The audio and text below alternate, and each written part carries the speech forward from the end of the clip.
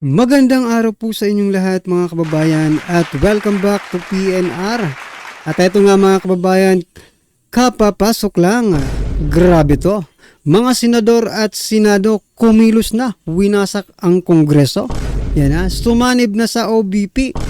Nako, yan po mga kababayan ang ating alamin at bibigyan ng komento mula po ito kay Balitang Bayan PH. Yan, nasa description po ang full video link ng video ito. Subscribe na po kayo. Pero bago po natin simulang pakinggan, panoorin at bigyan ng komento ang video ito. Eto mga kababayan, si dating Pangulong Duterte at si PBBM, nako, nagtagisan. Sabihin nyo naman, ano kayong nagtagisan to? Sa mga interview ng international media. Kung paano po sila sumagot, eto panoorin po natin. Unahin na po natin si dating Pangulong Duterte. Eto na po.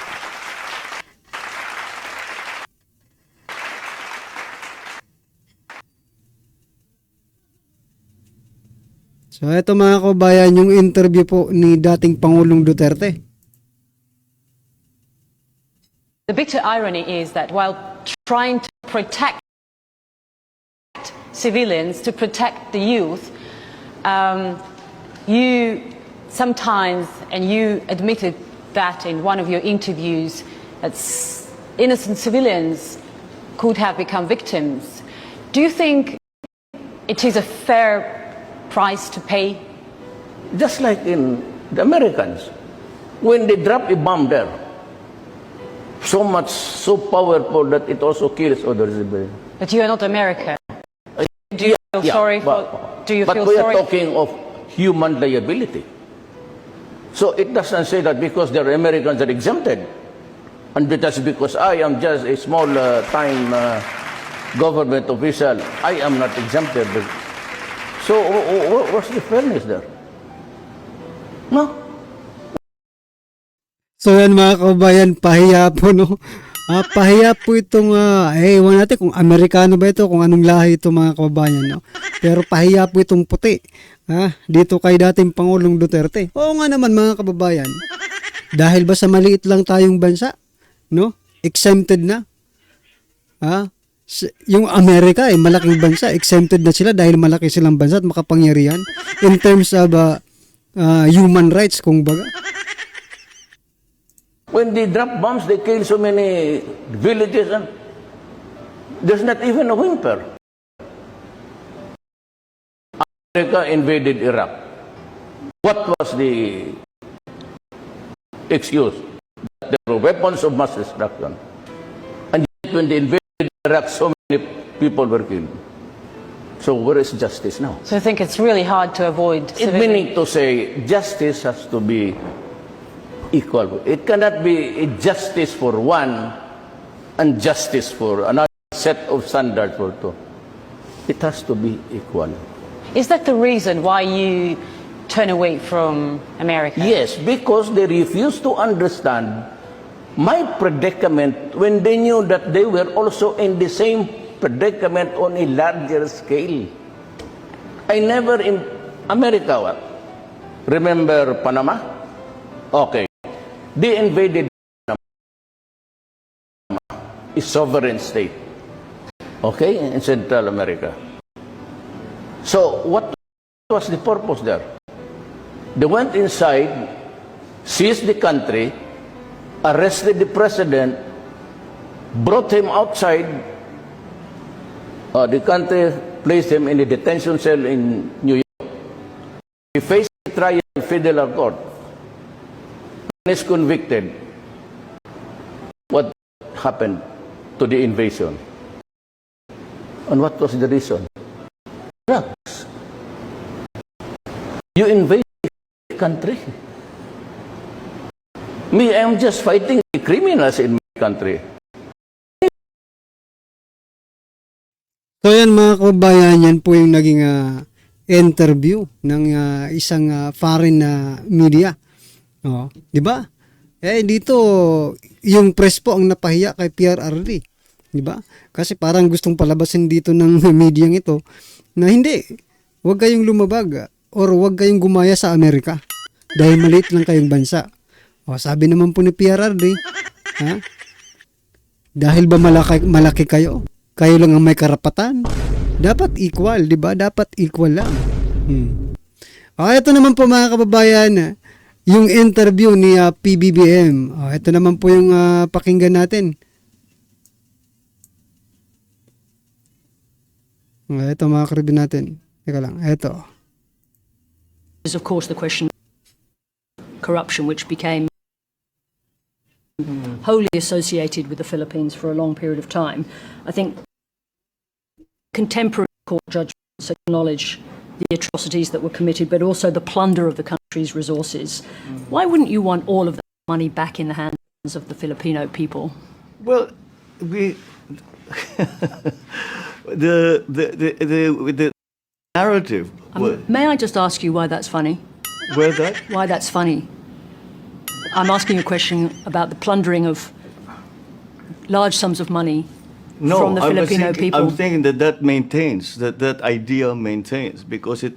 I take exception to many of the assertions that have been made.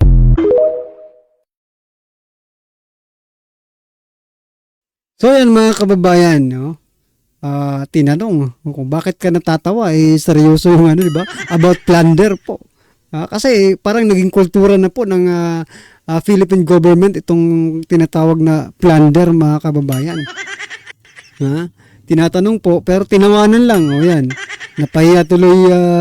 I don't think so. I don't think na napahiya dito yung presidente, mga kababayan. Pero, di ba, kung ikaw nanonood yan, ang masasabi mo, kung ganun po ang naging trato ng isang international media sa ating presidente, parang walang respeto, di ba? Sinabihan, bakit tumatawa ka? Hindi naman nakakatawa yung tanong ko. Di ba? Parang naiinsulto tayo mga kababayan doon sa sinasabi nitong o doon sa naging reaksyon nitong international media na ito.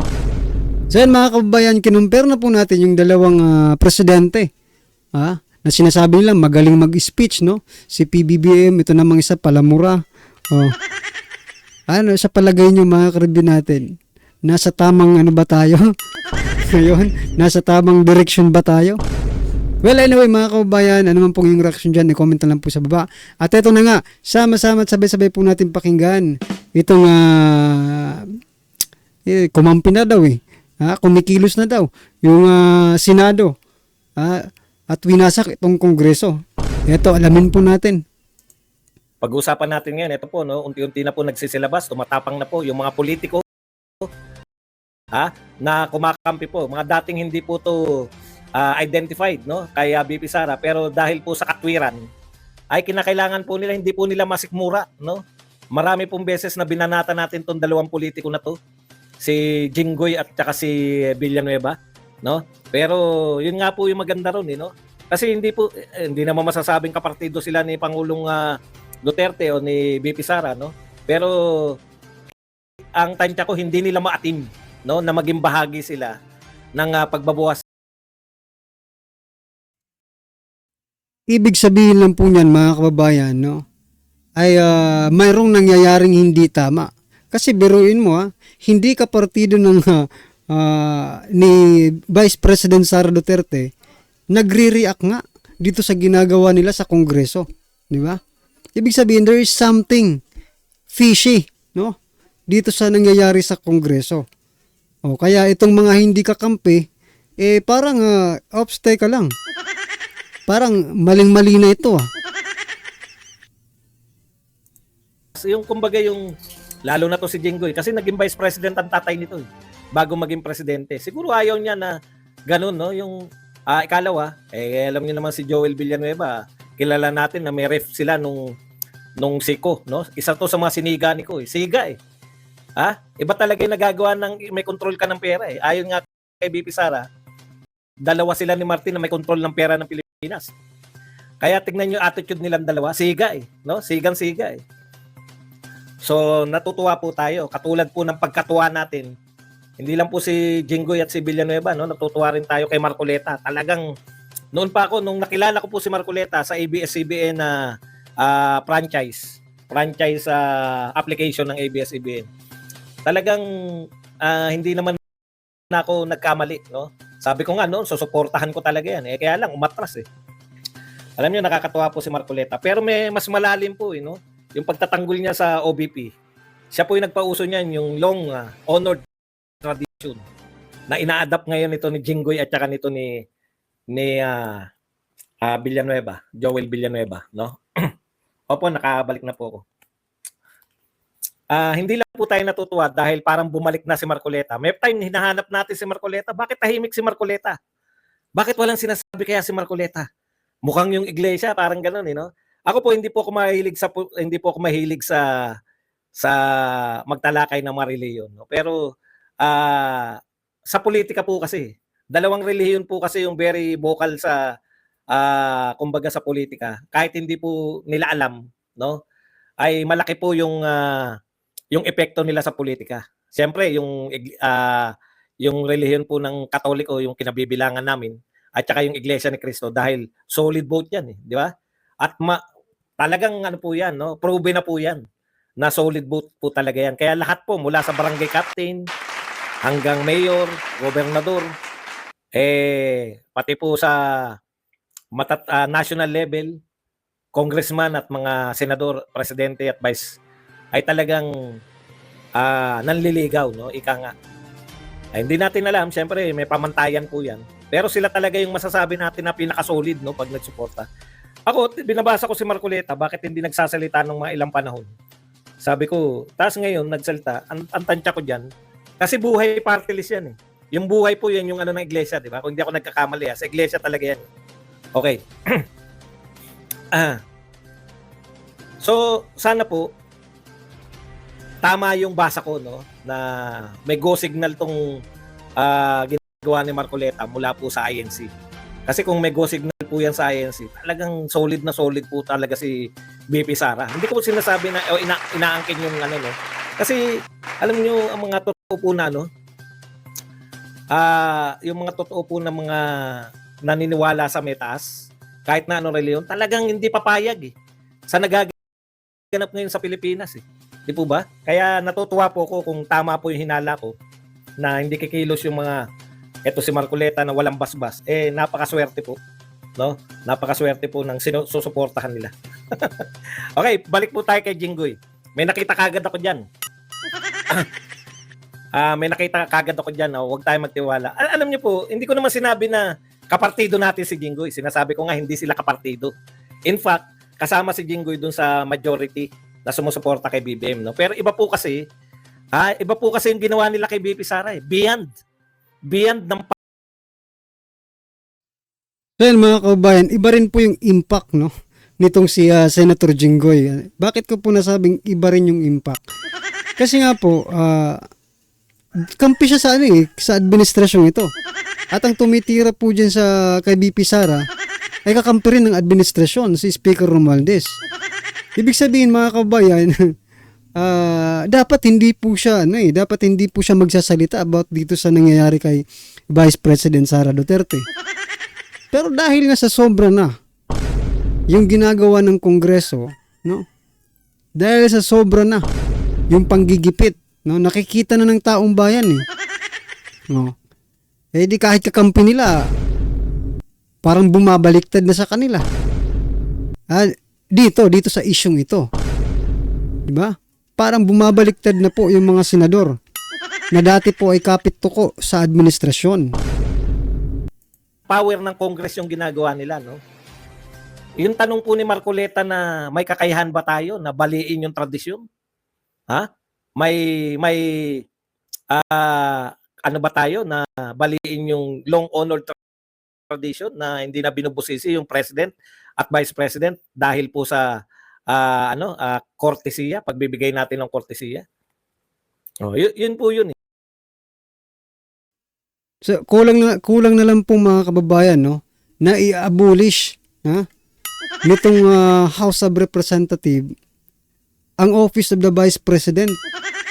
Sige, tanggalin nyo na lang ang Office of the Vice President. Kaya na lang po ang kumilos, ang tumulong sa mga Pilipino. Parang ganun ang gusto nilang mangyari. Gusto nilang i-abolish po ang Office of the Vice President. Naloloko na ba kayo? Ha? Naloloko na ba kayo? 31 million? 32 million na bumoto kay Vice President Sara Duterte. Hindi nyo irerespeto ang opisina. Kayo, ilan ba ang bumoto? Para kayo makaupo dyan sa inyong mga upuan. Nangalahati ba?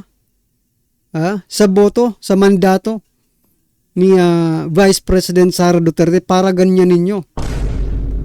Kasi mga kababayan, kung konti lang po ang budget ng ating Vice President, malamang sa malamang konti lang din po ang matutulungan niya.